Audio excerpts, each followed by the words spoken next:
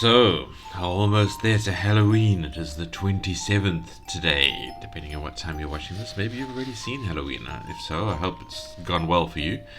But if not, let's let the anticipation build by playing yet another Spooktober style game. This, as you can see, is Abaddonware. So not Abandonware, but Abaddonware. And yeah, I think to start off with, the scariest part of it is this tune. So we will jump into the game and not see too much of it. Yeah, too much of it, I suppose. So first of all, have a look at the credits. It's part of the Tanno Collective. And it looks like it was originally made for a Spoopy Pewter jam. Which is sort of a promising sign. The itch.io page actually didn't have much information on this. So that's actually something I like to see. I like to see the information contained within the game, and the itch.io page should be just enough to draw one into the game, which this one wasn't really. It looked spooky, so I jumped in it and I thought, okay, well, this is interesting. Let me showcase this one off.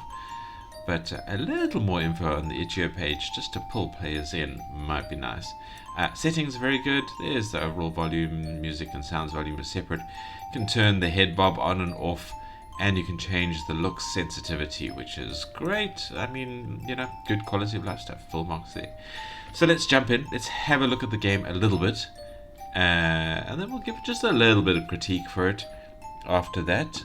So if you're only planning on staying around for the gameplay bit, don't forget to like, comment, and subscribe. Particularly comment, because I love to hear from you guys.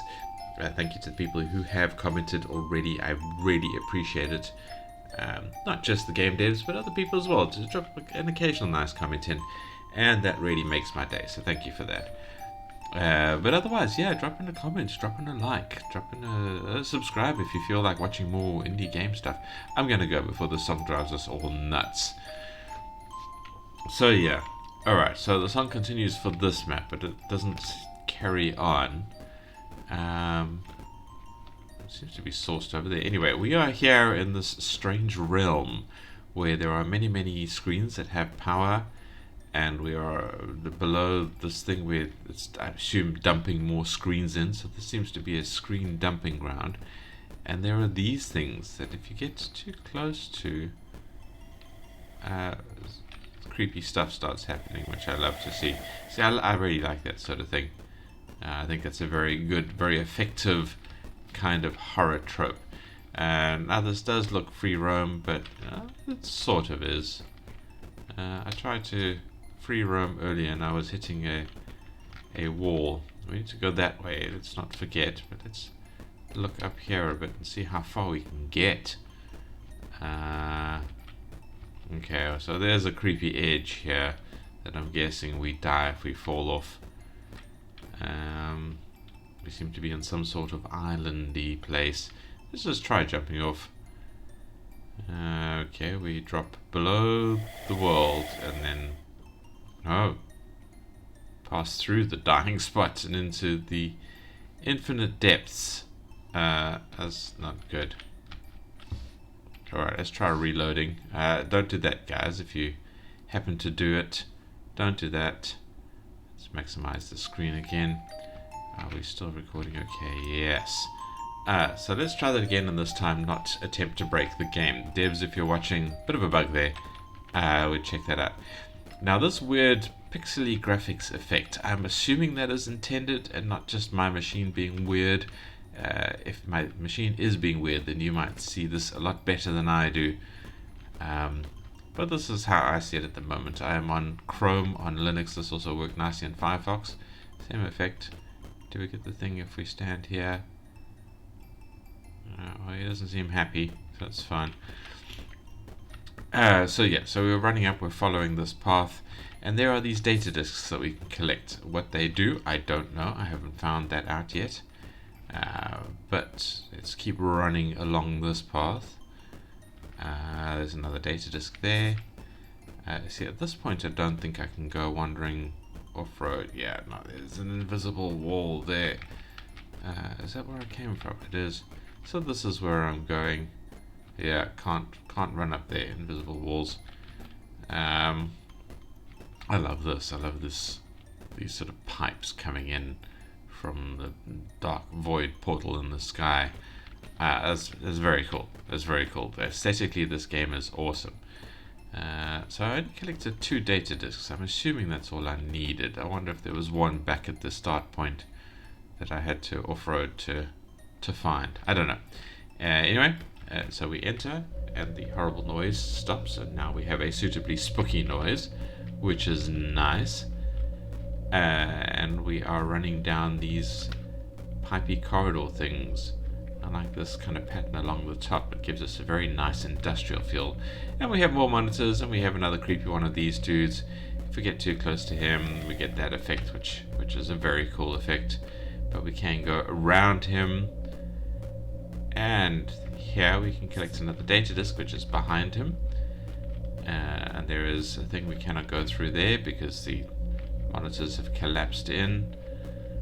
But we can go down here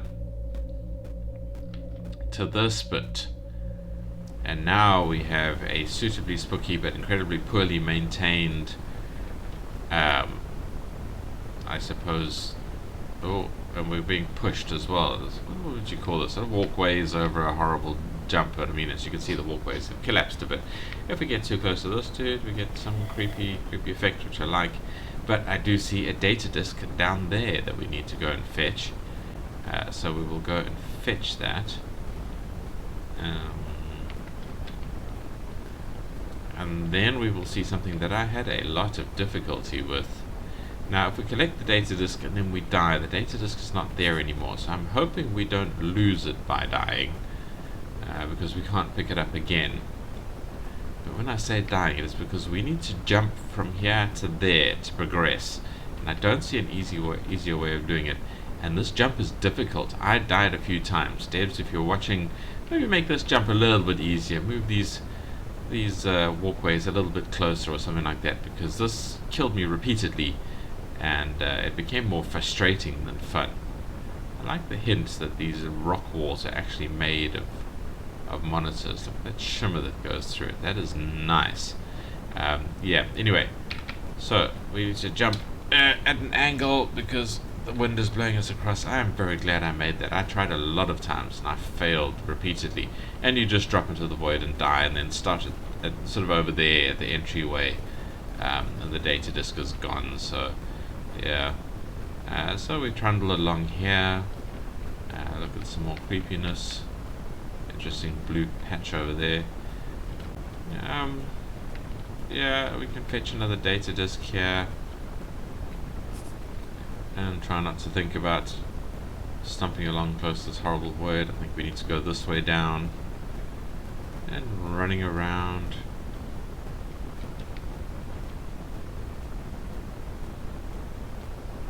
And we have another worrying jump over here. Thought I nearly screwed that one up.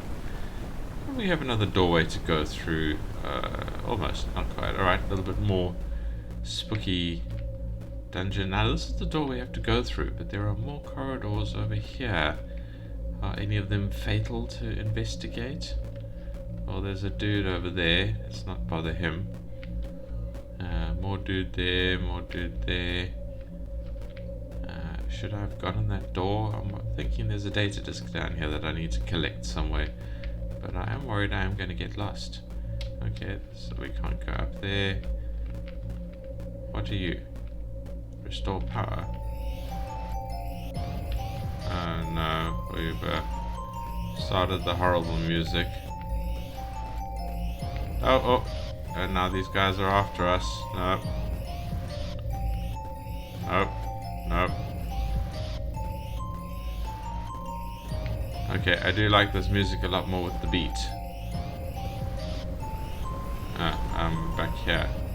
Oh, no, go away. Oh, I died. Have I died post power restore? Yeah, it looks like it. Alright, let's try and go up this way again and see where I need to go. Oh, no. Oh, that was close. Go away. Be gone, entity.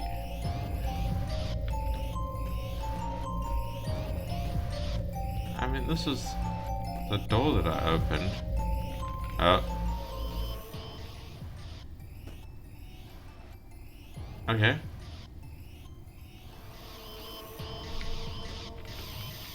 I hear horrible things. And you know what? I'm actually going to stop gameplay there because um, I think we have seen enough. So I can't escape. And I'm going to leave the rest for you guys to find out. So I'm going to reload there. And that is it. That is all the gameplay I'm showing. Come and play this game. The link is in the description.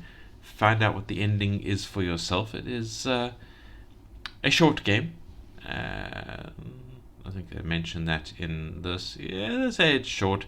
It's retro horror. See what the ending is about. See if it explains anything more to you guys. And avoid the screen head monsters, which were very, very cool. And yeah, that horrible tune is much better with a nice thumping beat coming along with it. I like that quite a bit. So yeah, that's all the gameplay. Like, comment, subscribe if you want. Stick around, more gaming videos and especially more horror videos in the next few days because it is Spooktober.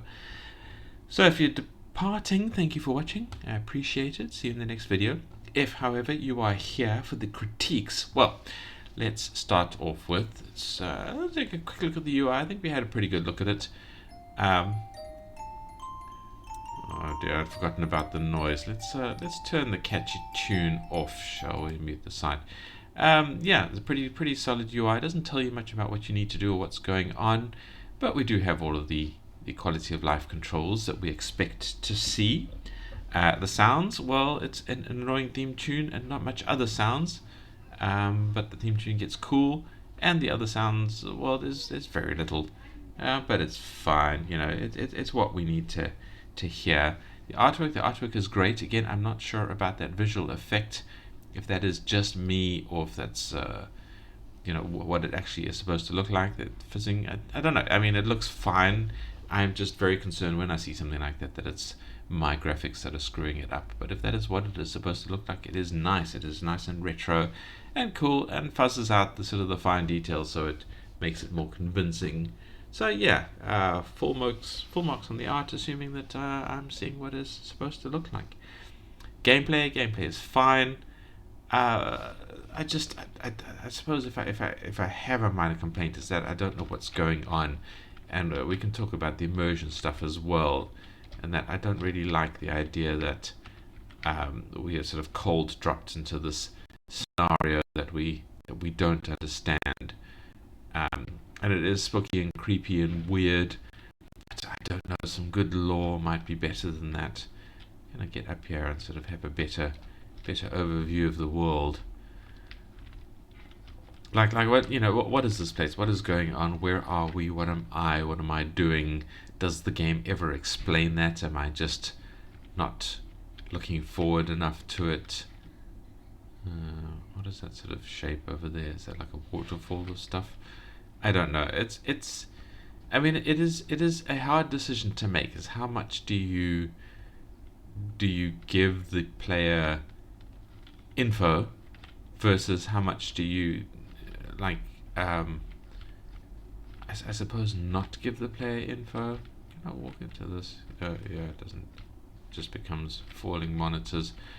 Yeah, how much do you have the sort of the spooky, creepy?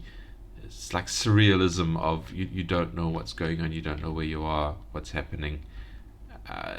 It's a balance, and I tend to lean more towards more information rather than more spooky, creepy lack of information, because I think it helps to give the player, as I've said before, a flag to rally behind. You know, let the player know what is going on. I think I bypassed the initial bit of the route up here, so this is the pathway. Yeah, sort of tell the player what he needs to be doing, because if there is a flag to kind of rally behind, it helps. It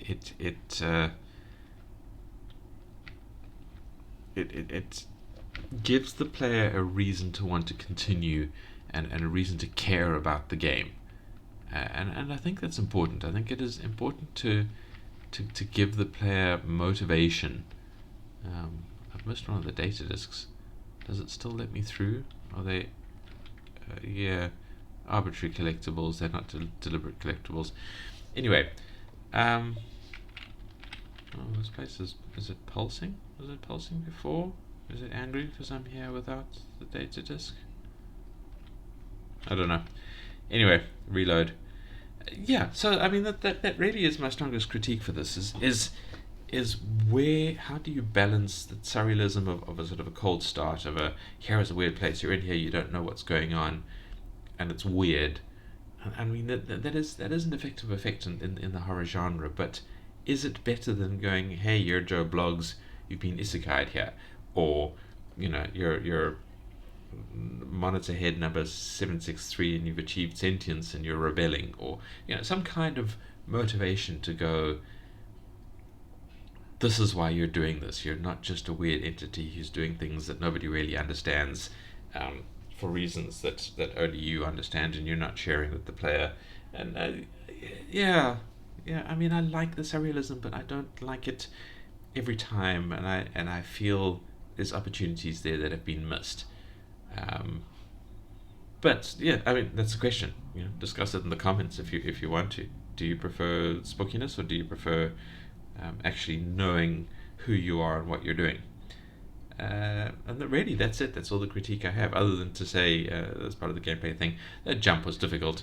I guess I made it look easy-ish there, but it was hard, and I would say make it a little bit easier, because it's the first real challenge that your players have, and if the first challenge is too hard for people to progress and they just won't progress, it's very easy for them to just go to a different game.